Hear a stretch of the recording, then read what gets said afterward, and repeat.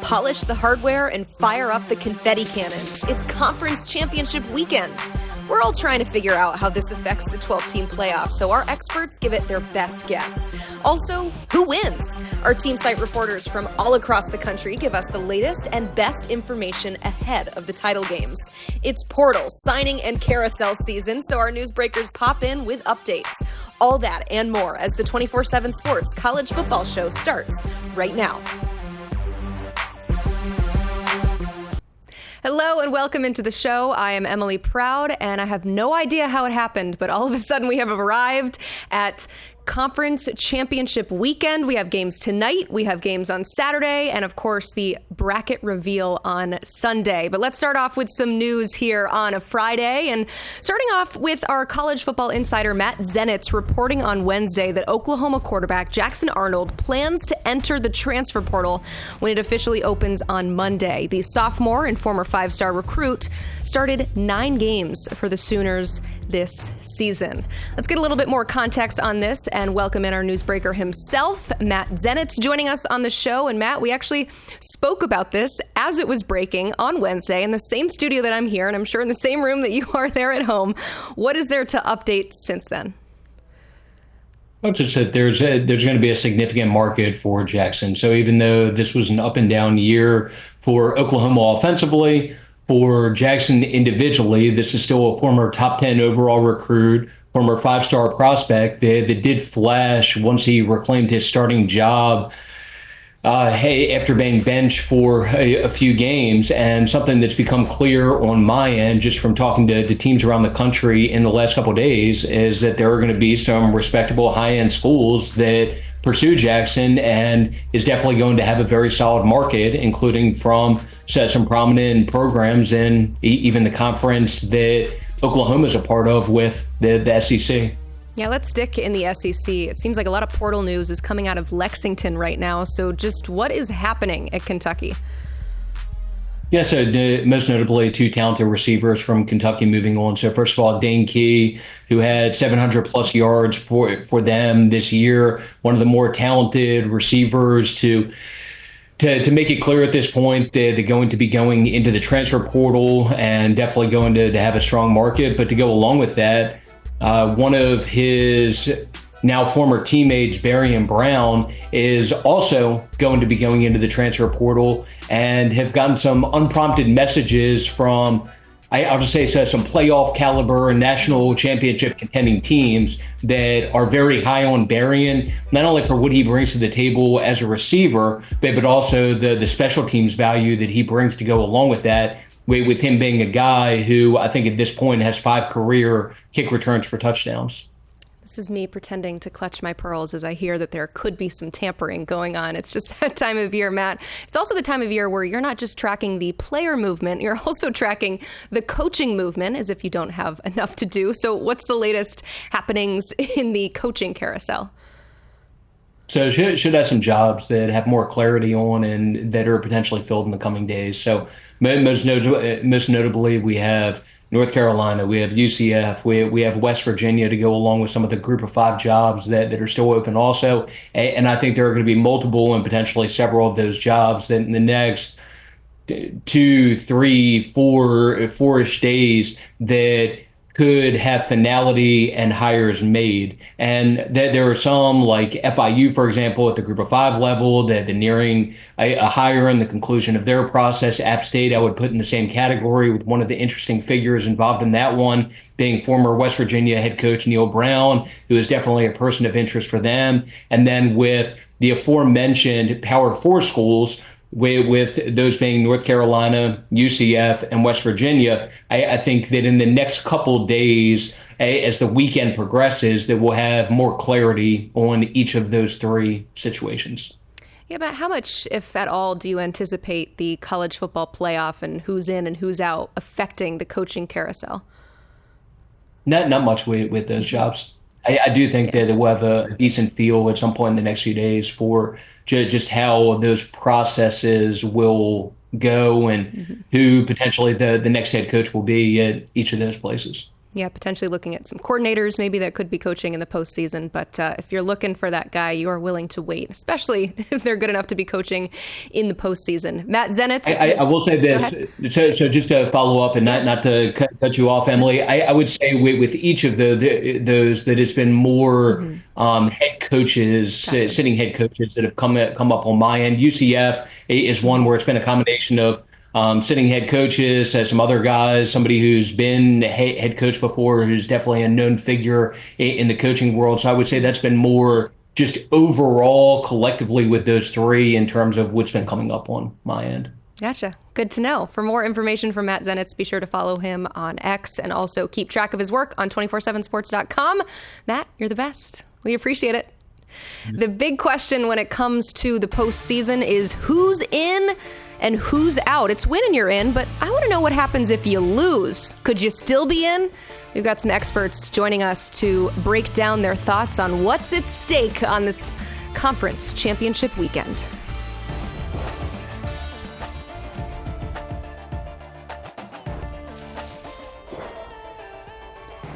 The college football playoff bracket looks like this ahead of conference championship weekend. We'll find out soon who gets the byes, but more importantly, who has to say goodbye to the playoff. We have major questions like that. So there's really only a few phone calls we have to make. We bring on Brad Brackets, and Brandon Brackets is also here in studio. Guys, this just works out so perfectly here. We've got to have two people on this because this is such a massive weekend for the sport. We get to find out what conference championship games actually mean to this new expanded 12-team playoff. So with that, let's start in the SEC with Georgia and Texas. The prevailing thought, I would say, is that both teams are in no matter what happens. But Brad, what could maybe prevent that from happening? Both these teams are in, but I do think the seeding would change considerably if Georgia beats Texas and then Penn State wins the Big Ten championship. Then I think the SEC championship winner gets the number one seed in the playoff. We're only going to have, Georgia, Tennessee, Texas, and likely Alabama, 4 teams from the SEC in this postseason. There is a chance Bama gets left out. Later on in the show, we'll discuss that. But Georgia, Texas, the stakes are there's a top seed or number 2 seed on the line in Atlanta. I know the committee says that they're not allowing what happens this weekend to affect teams that aren't playing. But I do wonder if Georgia wins the SEC championship, does that not improve Alabama a little bit in their resume, having knocked off the SEC champion? I think that gives them a little bit more reason. I'm sure the committee's sitting there for looking for any reason to add Alabama to the bracket. But I think that's something to really watch. I think that really helps Alabama's case in case Clemson ends up upsetting, in my opinion, SMU, which should be the favorite. Yeah, it's weird to say that these games don't necessarily matter as much when it comes to the teams that aren't playing, but it has a trickle-down effect, too, because you could see some teams drop out and others come in, but that is what we have to anxiously wait for on Sunday. But before that, we'll find out the winner of the ACC between Clemson and SMU. I'll start with you here. If SMU, Brandon, is the loser in this one, how do they still get in? If it is a close game, in my opinion, I'm digging through all these numbers. I'm looking at the committee's habits, right? I'm looking at all right, are they just looking at this situation as let's get a close game, SMU still in? I think that's very possible. If SMU ends up losing this by double digits, I think they're out. I think that the committee has played their hand. And why is that? We could talk about all the reasons with the 3 lost teams and all that and where they stand right now, and Alabama leading the pack and not worrying about anybody having to sneak up on them. But to me, I look at where they've dropped teams previously when they've lost, all right? 3 weeks ago, Alabama loses to OU, right? They dropped 6 spots.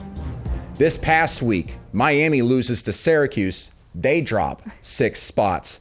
I think SMU's in the danger zone of being in that 6-drop area, even though this is a conference championship game, which would drop them out of the bracket. I think that they're sitting there and thinking, if they lose this game, we're going to knock them out. Do I believe that should be the case? No, absolutely not. SMU deserves to be in the playoff unless they get completely blown out by 30 or 40 points.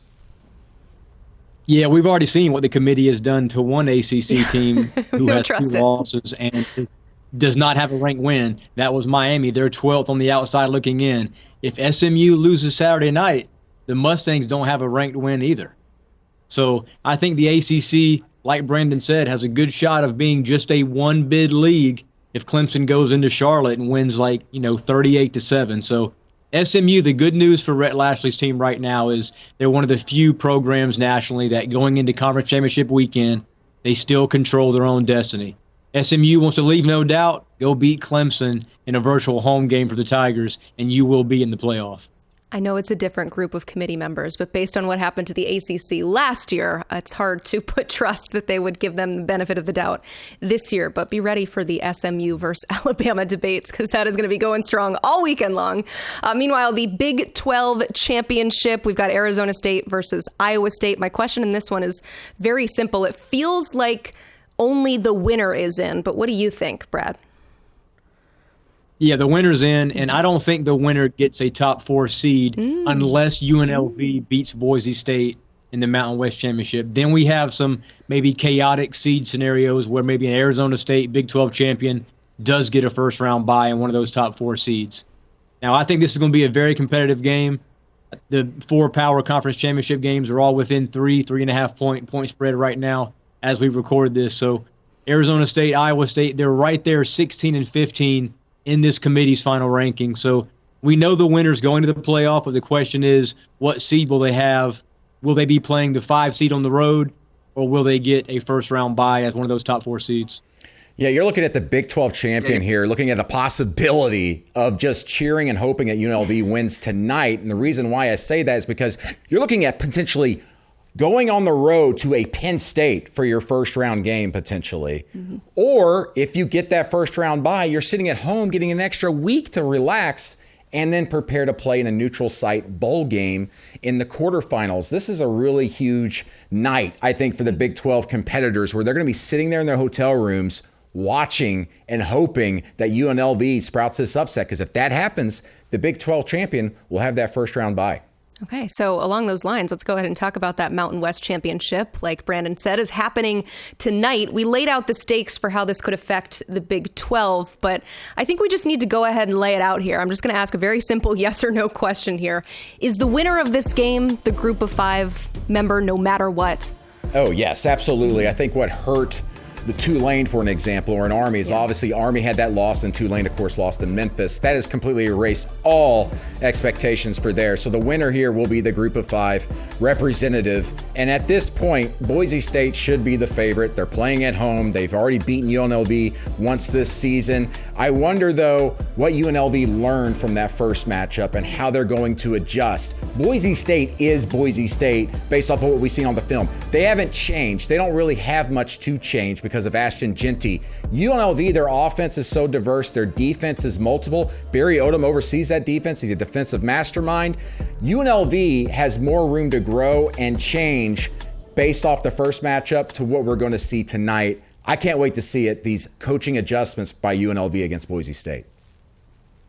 And UNLV also, the first time these two teams played, was one of the few teams this season that actually not shut down Ashton Jeanty, but did a pretty good job tackling him, not getting extra yardage and that sort of thing during that 29-24 loss. I think one underrated storyline for this game tonight is Boise State is playing with considerable pressure. Yes, the Broncos are at home. Yes, they're pretty much unbeatable on their Smurf turf out there. But UNLV is also in this game and knows that a win takes them to the college football playoff. You don't think Barry Odom is, talking to his guys right now, how motivated this team is to not only avenge a previous loss to Boise State, but to do so on the road to punch a playoff ticket. So Boise State's the favorite here, and rightfully so, given their 11-1 record. But I think most of the pressure is on the home team to win tonight, and it would not surprise me at all if UNLV went to Idaho and won this game. Real quick, I wanted to say, and Barry Odom is a name to watch in the coaching carousel, and I wonder if there's any distraction there going into tonight's game. I will say I did the UNLV game on Sunday, talked to Barry Odom, and they actually do very much talk about what's at stake in these games. They knew that they wanted to win a Mountain West title. That was number one. And really the cherry on top is now punching your ticket to the postseason. It definitely helped that they started off by beating some Big 12 schools at the beginning of the season. So there was that potential always, but that's definitely on their minds in this one. Also, the last 2 times these teams met, it was in Vegas. So maybe the change, I know it's really hard to win on that blue turf if you're a visitor, but maybe the change of scenery will help the Rebels in this one. You guys each put together your projections for your final brackets here. Brad, walk us through what you've got. Yeah, I think the number 1 seed is going to be determined by this Big Ten championship winner. You know, I've got Oregon getting that bye, Clemson beating SMU, and SMU not getting in. As Brandon pointed out, Alabama is likely going to get that top spot. Ward Manuel said last week, quote, potentially yes, end quote, to a question about can Bama jump SMU if SMU loses. So here we go in that scenario. I think Arizona State wins the Big 12. And with the Ohio State seeding question, it'll be very interesting to me. Does Ohio State fall to 8 and maybe host Tennessee in that first round? Or does Oregon beat Penn State by a wide enough margin where it falls, behind Ohio State, and Penn State now plays that 8-9 game? At any rate, I think Ohio State and Penn State are going to get first round home games, and Alabama, Indiana, and Tennessee are going to be on the road. Yeah, for me, I'm really obviously going to be watching the ACC championship game and what's going to happen there. My heart is telling me SMU is going to beat Clemson.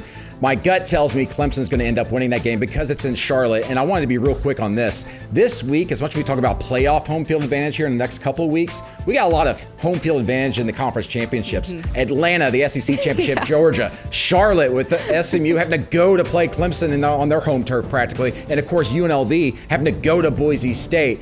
But I think if SMU can win this game, we're still going to obviously see potential here for Alabama to join the playoff. I think that much is very clear. And we're going to see them travel, I think, to Austin, Texas. We're going to see some rematches here. And what's really big here, Brad hit on this earlier, what is Ohio State? Where's their position going to be? I think in the end, they're going to end up hosting, but maybe as the 8th seed and bring in an SEC team like Tennessee at number 9 and have to go in there and win that game. And what will be an interesting matchup between two quarterbacks who have a lot of high ceiling, but have been known to make some mistakes. I know the committee has said on the record that they, will not schedule these seeds and first round games based on a Big Ten versus Big Ten, Alabama, Tennessee type rematch. But I do think seeding wise, it's going to be very interesting to see if, Alabama's the 11, are they going to go play an SEC team in the first round, or they're going to play a Big Ten team? I don't necessarily think that we're going to see SEC on SEC in round 1. We're going to wait and see some of those revenge games or potential rematches later on in the playoffs. So the $1 million question right now for me is, like we've stated, is where does this committee put Ohio State? Is it going to be the 6, 7, or the 8? Based on the matchups, I think we can get some very salivating games in the first round. I will say that's a big question in my family right now. A bunch of Tennessee fans already booking hotel rooms in Columbus, looking at your bracket going, oh no, we need to go to State College. So there are still some things to be decided this weekend, and we will actually be down here on Sunday breaking down this final bracket. So stay tuned on that on CBS Sports HQ. But thank you both so much. Our Brad and Brandon brackets here breaking it all down for us. You can check out more of their work at 247sports.com. And this is definitely the time of year you're going to want to bookmark this website right here, because you got portal opening, days away, coaching carousel continuing to turn. So 247sports.com is the place to be. We hit on all the stakes, but how about the games themselves? We're talking matchups with our 247 Sports team site experts from the Big Ten and ACC.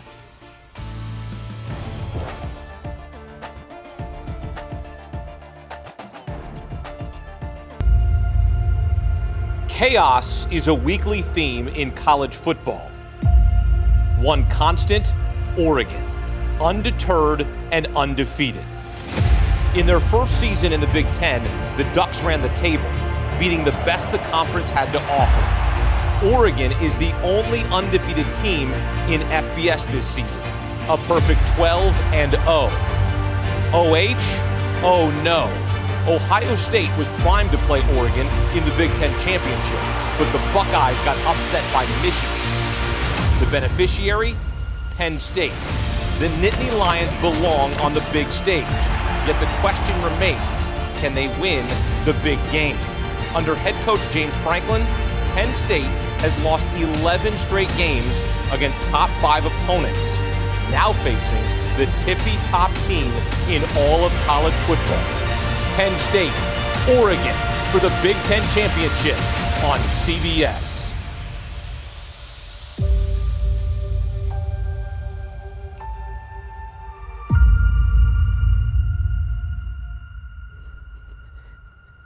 If that does not get you hyped for this game, I don't know what will. So excited to talk about this one with Tyler Donahue from Lions 247 and Jared Mack from Duck Territory. We're keeping it real simple, just talking matchups here. Let's start with the Penn State offense versus the Oregon defense. And Tyler, what do you think? How do they match up here? Well, in this game, we're still wondering about the status of Harrison Wallace, their leading target at receiver. He was out last week. He was on the practice field this week when we got our look, but I think we just got to wait until pregame. So if he's out of the mix, that puts even more pressure on this passing game. It can't be just a one-man show with Tyler Warren. That's what it's been at times, but to me, it's about balance for the offense. When they've been at low points offensively in these marquee matchups against Ohio State, against Michigan, it's because they haven't been able to generate it on the ground, whether that's trying to put a game away late or trying to protect your quarterback early with some success. And so Nick Singleton right now is kind of a hot hand. He was the 2022 Big Ten Freshman of the Year, sophomore slump sort of last year, and then really strong September, stumbled with an injury, but he's back as close to 100% as we've seen in some time, averaging about 6 yards per carry the last 4 weeks, and he's the field stretcher. Katron Allen can be a physical presence at running back, but he's not a field stretcher. Nick Singleton has that 75-yard touchdown run in him. He's also a factor on the ground. So I'm curious if Penn State early on in this game, before they get to halftime, can really establish Nick Singleton as a true playmaker. Otherwise, I think that puts a lot on Drew Aller, on Tyler Warren, because I'm just not sure they have the perimeter talent in this matchup to really drive Oregon down the field with success. On the flip side, for Oregon, it's about making Penn State one-dimensional and trying to stop Nick Singleton in the running attack. Oregon's done a good job this year in the rush game. They're one of the better defenses in the Big Ten. If they could focus on or make Penn State one-dimensional and force Drew Aller to beat them, Oregon has a front four that gets after the quarterback with Jordan Burch and Mateo Uiagalelei. Uiagalelei was a first-team all-conference player, leads the team with 10.5 sacks this season. They can get after the quarterback with 4 and force them to become one-dimensional. And then at the end of the day, it's all about stopping Tyler Warren, which no team has really done this season. Even in the low games for Warren, he's finished with a touchdown and at least a couple of receptions. So for Oregon's defense, taking on Tyler Warren is going to be one of the bigger cues, but forcing them to be one-dimensional and stopping Nick Singleton in the run game will be, I think, the most important part going forward. I feel like forcing Tyler Warren to be one-dimensional is a challenge in itself with all that he does for this Penn State offense. On the other side of things, we've got the Oregon offense versus the Penn State defense. So, Jared, how can Dillon Gabriel and company find success on Saturday? I think Oregon and Dillon Gabriel just need to continue to do what they're doing all season long, which is being versatile in both the pass and the rush game. Jordan James has been excellent this season as Oregon's running back. He's had a couple games of over 100 yards. He's finished the season with a 99-yard game against Washington last week. He's been excellent, but Penn State's defense is one of the best in the country, and stopping Abdul Carter is going to be the biggest problem for them. Josh Connerly and Johnny Cornelius are two excellent offensive tackles, but Abdul Carter in his own right is an excellent defensive player who can get after the quarterback. For Gabriel, I might expect him to use his legs a little bit more, just provide some more versatility in this game and give Penn State some other things to look at. But ultimately it comes down to establishing the run, which Oregon has tried to do against every opponent this season. And frankly, just getting out to a hot start, trying to get some momentum on their side in Indianapolis. All due respect to Jordan James and what he's accomplished on the ground this year, to me, if you're going up against a quarterback who has 18,000 passing yards in college football, he's the problem. You got to figure him out. And because of what he's got at his disposal, we've seen Gabriel be a star at 3 different college programs at this point, but he's never had this kind of weaponry around him. And I think it's really the way he uses it. It's not a bunch of deep shots all the time. It's going lateral at times. It's going sideline to sideline with these weapons. And he's such an orchestrator of this offense that it really hasn't missed a beat despite losing Bo Nix last year. So I think Penn State's got to ruffle his feathers as early as possible. Pun intended there, by the way. Abdul Carter is a storyline, of course, because he's the Big Ten Defensive Player of the Year. But opposite of him, Denai Dennis Sutton, former 5-star, a junior like Carter. He has come on strong at the end of the season. He was injured in October. He only played about 6 snaps against Ohio State, and they really missed his presence on the edge. So I think him back involved could really turn the tide, and we'll see what kind of this Oregon offensive tackles, how they deal with that duo, and if Penn State can maybe prevent having to utilize linebackers and safeties with consistency, because I think Dillon Gabriel will make them pay for that. He's also played a lot of football, starting an FBS best 60-second game in this one. So chances are, if something's come at him, he has seen it before. Thank you both so much for these great breakdowns. We do appreciate it. You can check out more of their work on their individual team sites. You got Lions 247 for all things Penn State, and Duck Territory for all things, you're going to be shocked on this, Oregon Ducks. In the ACC, it is Clemson and newcomer SMU battling it out for a playoff spot. Our team site expert from Clemson 247, Austin Hannon, gives us a look at this matchup with all the stakes. Just 1 week after struggling to contain South Carolina's Lenora Sellers, Clemson heads to Charlotte to face off with another dual-threat quarterback in SMU's Kevin Jennings. After losing all three of its major tests on the schedule, the Tigers get one more chance to prove themselves against the ACC's undefeated newcomer. Since losing his first appearance in 2009 against Georgia Tech, Dabo Swinney has won 8 straight appearances in the ACC championship. He'll look to make that 9 in a row on Saturday night.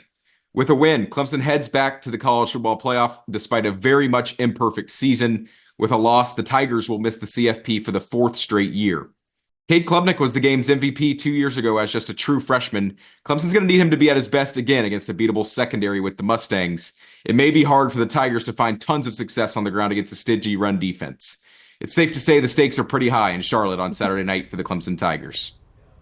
Certainly is, Austin. You can read more of his work at Clemson 247 and get all the latest news and notes on the Tigers. We are just getting started talking conference championships. Next up, it's the SEC and Big 12. A rematch in Atlanta and the most chaotic conference finally crowning a champion.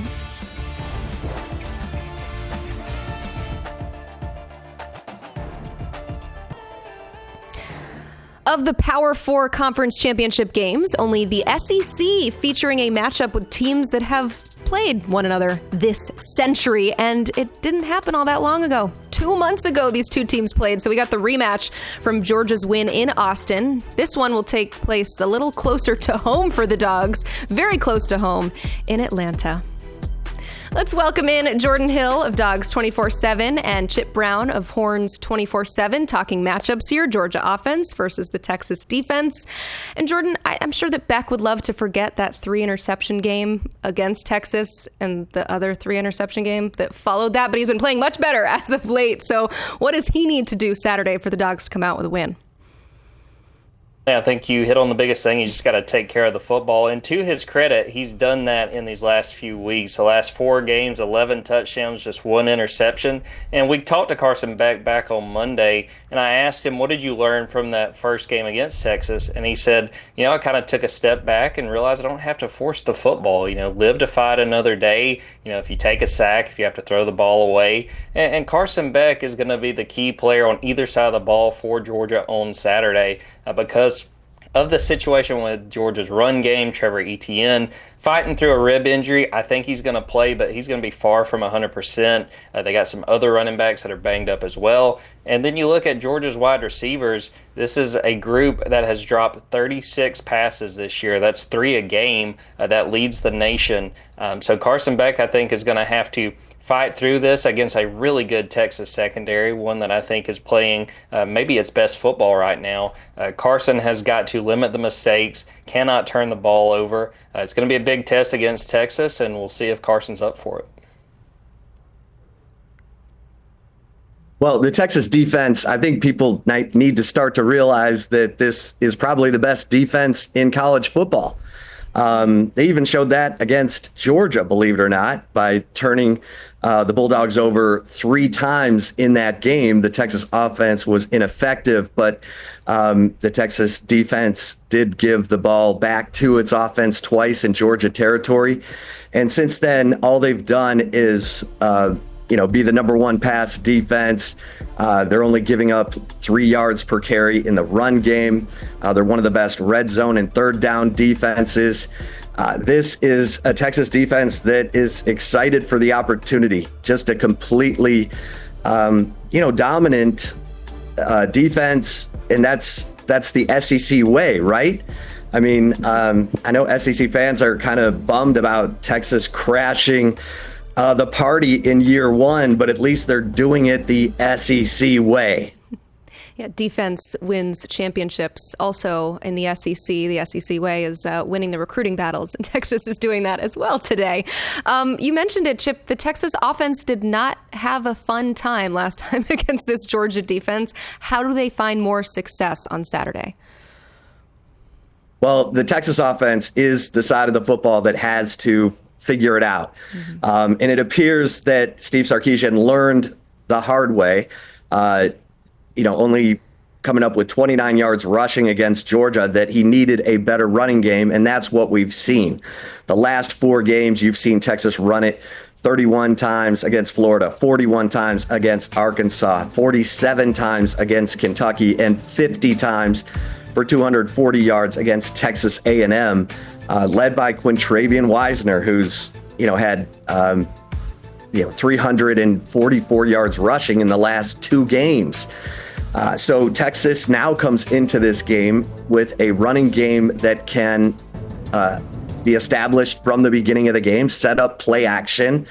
That is beneficial to Quinn Ewers, who was not fully recovered from the oblique injury that he suffered midseason when these two teams met before. He is more comfortable now. We saw him, with a 26-yard run against Texas A&M last week. So Texas is hoping that running game, Quintravian Wisner, can help take some of the pressure off of, Quinn Ewers having to do everything with his arm, and this offense finding itself in obvious passing situations, which is a nightmare against Georgia and Kirby Smart's constant pressure. So that's the new wrinkle. Texas hoping to have a running game that it can establish from the beginning. And I think it's no secret that for Georgia, they know they have to stop Wisner. They have to slow him down. And if you're Texas, I think you have to feel good about this matchup, because that's something Georgia struggled with, especially to end the season. UMass, which came in with 2 wins, rushed for 226 yards against Georgia. And then the following week, Georgia Tech runs for 260. There was explosive runs. They just have struggled to consistently tackle, a problem that has really persisted throughout this season. So I think when you consider it from Texas' perspective, having Wisner, having that momentum, it's a big challenge for Georgia, especially with the defensive line that I don't anticipate that defensive tackle Christian Miller, one of their better run stuffers, is going to play. He suffered a shoulder injury against UMass. So this is on really this entire front seven to slow that run game down. I don't think you're going to stop it, but you got to try to contain Wisner and try to limit the explosive runs. All right, we'll see if Georgia can finally get it done and if Texas can win back-to-back conference championships in 2 different conferences. Thank you both so much for those great breakdowns. You can check out more of their work at Dogs 24/7 for all things Georgia and at Horns 24/7 for the latest on the Texas Longhorns. Meanwhile, in the Big 12, it's 2 teams seeking their first Big 12 championship. Iowa State has already made history, winning 10 games for the first time in program history. So let's hear from our guys, Alex Bussey of Cyclone Alert and Chris Karpman from Sun Devil Source. Iowa State has an opportunity to win the program's first major conference football title on Saturday against Arizona State in the Big 12 football championship game at AT&T Stadium, otherwise known as Jerry World.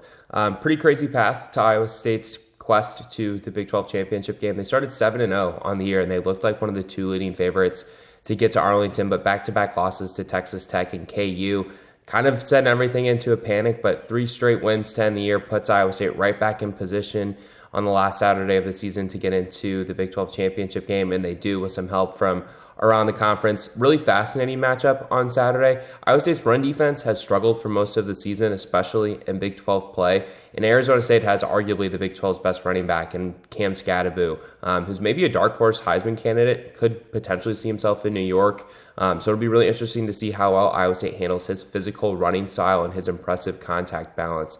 On the other side of it, it's going to be really important for Iowa State's receivers to make plays downfield. Jaden Higgins and Jalen Knoll are the only power conference receiving duo this season to each eclipse 1,000 receiving yards. Quarterback Rocco Becht has been really successful each of the last 2 years in facilitating the ball to both of his top playmakers, but it's going to be really important for the Cyclones to be able to do that on Saturday morning in Arlington. Chris Karpman for Sun Devil Source here in Texas ahead of Arizona State's appearance in the Big 12 championship game, their first since 2013. Kenny Dillingham worked miracles for the Sun Devils this year, leading the program to their best year-over-year improvement in history, as well as their most one-score wins. But I'll have to do it again because the Sun Devils will be without Jordan Tyson, their star wide receiver who was injured against Arizona and had surgery.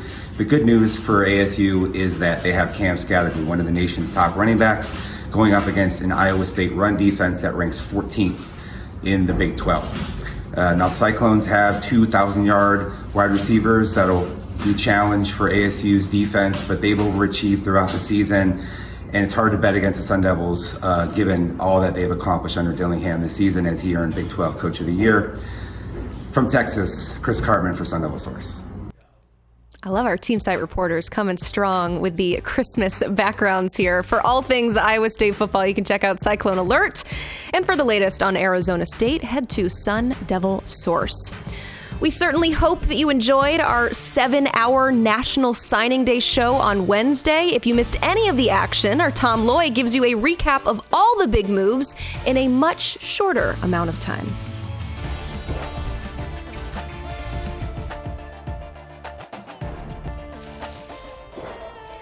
The early signing period is all about wrapped up, and we are declaring Texas the #1 class in the 2025 cycle. A pledge from Michael Terry put them ahead on Wednesday, and then just 2 hours ago, Justice Terry solidified it. No relation there, except now they're both horns. Rounding out the top 5 is Alabama at 2, Oregon at 3, and then Georgia and Ohio State. Let's welcome in our national recruiting analyst, Tom Loy, to help tie a bow on this for us. Let's start with Texas. How'd they pull this off? They outworked everybody, and they did a lot of things behind the scenes, especially with the massive pickup of 5-star defensive lineman Justice Terry. We talked about this earlier, but it was Auburn, Georgia. They had a ton of confidence in that building this morning. So behind the scenes, Alabama was, I would say they were hopeful, but that was the best. But Georgia was confident because they were recruiting this kid since 8th grade, for years. And then Auburn had a bunch of really strong relationships and ties, Kenyatta Watson and a few others. So they were hopeful, but behind the scenes, like I said, they got this one done. I'm told they found out late yesterday officially and really secured it. So all in all, it's a massive, massive win and a great class. Texas is rolling right now. They obviously picked up Michael Terry III on signing day, one of the elite offensive playmakers, likely going to be a receiver or tight end at the next level. You got 5-star safety Jonah Williams, one of the truly difference makers in the secondary for Texas. And then you go down the page, you got 5-star receiver Khalik Lockett, a guy just outside the 5-star ranking, and Jamie French. So again, all in all, this is the class I think that takes them to that next level. Obviously, they could win the title this year, but this is the one that really moves the needle for me when I'm looking at them from above. And I just think that this, Sam Ehlinger joked about it a while back and said Texas is back. For me, officially, Texas is back after getting this class. Yeah, we're seeing it on the field, and the whole reason that we do these recruiting rankings and we talk about this is to project what's going to happen in the future. And sorry for the rest of the SEC and the country, but Texas, they're back and they're here to stay, it seems like. And they just have so much talent in this class. You mentioned the 4 5-stars. Our producer was joking with us. He wanted to put together a graphic of all the top 247 players. We don't have a graphic large enough to do it because they have so many. This is the most we can fit on a graphic. That's just how many. Those are top 100 players. They just have so much talent. It's no surprise that they are #1. Despite, though, Texas finishing #1, though, Tom, you said that Oregon is actually a really big winner on signing day. So what were they able to accomplish? I think one of their biggest additions that day, and he's not the highest ranked, but landing top 150, top 247 quarterback Jaron Kiave-Sungapolotele and flipping him from Cal. Georgia was also in the mix trying to get that one done. But that right there, I think when we look ahead, that's going to be one of the biggest wins for Oregon in a long time, in my opinion. I'm a big fan of him. But on signing day, they were able to keep 5-star wide receiver Dallas Wilson, which there was a ton of buzz for Florida. And maybe there was misdirection, trying to mislead some people behind the scenes, but Florida felt incredible of their chances of landing Dallas Wilson early signing day morning. They also had the big win of the day in 5-star cornerback Naeem Offord. I was told forever that it was not going to be Ohio State. He was committed for such a long time. Behind the scenes, when you're talking relationships, when you're talking NIL money, Auburn was the team that I expected him to flip to. And then early that morning of signing day, we started hearing some Oregon buzz, and they were doing everything they can to get it done. Phil Knight, there's talk of offer getting his own shoe. So clearly they're doing a lot of right things there in Eugene. And then you add him to what they already had in 5-star wide receiver Tacorine Moore and 5-star cornerback Brandon Finney. 4 5-stars in total, 7 of the top 100. Just a really, really special class. The rich get richer for Dan Lanning and the Ducks. Now, one player they did not land was 5-star tight end Lincoln Cure, and he actually joined us live on our National Signing Day show to tell us that he was sticking with Kansas State. Here's that moment. I kept reminding myself, I took all those visits as a junior and, took all those OVs, and I really thought my whole process through. And, I kind of had to remind myself of that, of what I committed to, what my values were, and what really mattered to me, and, who I wanted to be as a person, who I wanted to be as a player. So I'll be sticking with Kansas State. After that, I asked him a follow-up question, just how difficult the decision is. And I love that he peeled back the curtain for us, Tom. He said that we actually had a graphic made for Oregon. You said we here at 247 Sports had one made as well. How close was this to being another flip for the Ducks? He texted me as soon as he left Oregon and made it very clear that the Ducks were most likely landing him. He just wanted to go home and really talk to his family, make everything clear. But it was, in my opinion, about as close to being done as possible. He really thought about flipping from Kansas State to Oregon. From what my conversations with him over the last couple of days, and there were multiple, but it was head versus heart. Head, go to Oregon, ball out, be an electric playmaker at wide receiver, tight end, and just be utilized extremely well offensively. Heart keeps him at home, putting on for his state, morals, values, everything Kansas State stands for, everything his family stands for. That really kind of moved the needle for Kansas State to keep them back, getting this one done. So in my opinion, I thought he was going to pick Oregon because it was kind of a one-shot deal. Pick Oregon and sign there, play there for his first year. We know that you can just bounce in the transfer portal at any time. So if it didn't work out, if he was homesick, if he wasn't happy, he could have come back to Kansas State. We saw it with Dylan Edwards in Colorado. So that was an option. But again, I think deep down in his heart, in his gut, he just really struggled leaving Kansas State. Huge win for the Wildcats. And speaking of tight ends, we are still awaiting Andrew Olesh's official signature. He is tight end 3 in this class. He's been committed to Michigan since the summer, but what's the holdup, Tom? This one has gotten so weird as we've covered it, and Brian Doan's been all over it, and he and I have been talking a ton, and we've been talking to a bunch of schools. This one committed to Michigan, but he is still talking heavily up until this morning with Penn State and Oregon. And the buzz last night was that Oregon was likely going to be the landing spot. Now we're hearing a ton of smoke about Penn State. But when I'm talking to Michigan, they still feel confident. They still feel great about their chances. There's some family dynamics of, maybe I want this school or I want this school. In the end, gun to my head, I'm kind of leaning towards Penn State at this point, but it's so close, and we're going to find out in a matter of moments. Either way, Andrew Olesh is a big time playmaker, great offensive weapon. Him and Lincoln Cure, very similar. He's a guy who can step in right now, any of those 3 programs, and contribute a ton in year 1. So he's also deciding between the teams playing in Indianapolis. Maybe the winner of that game will have an effect on what he decides. But yes, we will find out his decision shortly. Tom, thank you so much for all this great content on signing day. I know you were hard at work on Wednesday, so we do appreciate it. Thank you. You can check out the full signing day show on the 247 Sports YouTube page if you missed any of the action. But no rest for the weary. Get ready for the next marathon show. It is Transfer Portal Palooza. You can watch that live on the 247 Sports X channel. That begins on Monday when the portal opens at noon. Thank you so much for watching.